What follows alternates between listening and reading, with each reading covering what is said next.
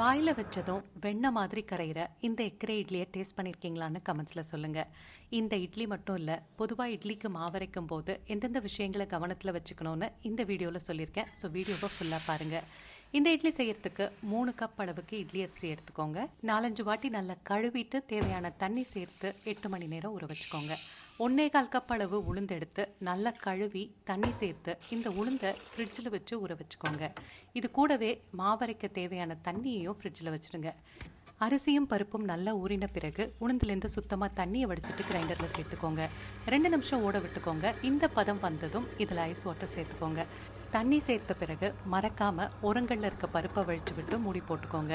15லேருந்து 20 நிமிஷம் இடையிடையே தண்ணி தெளித்து இந்த அளவுக்கு உளுந்து நல்லா பொங்கி வர்ற வரைக்கும் அரைச்சிக்கோங்க.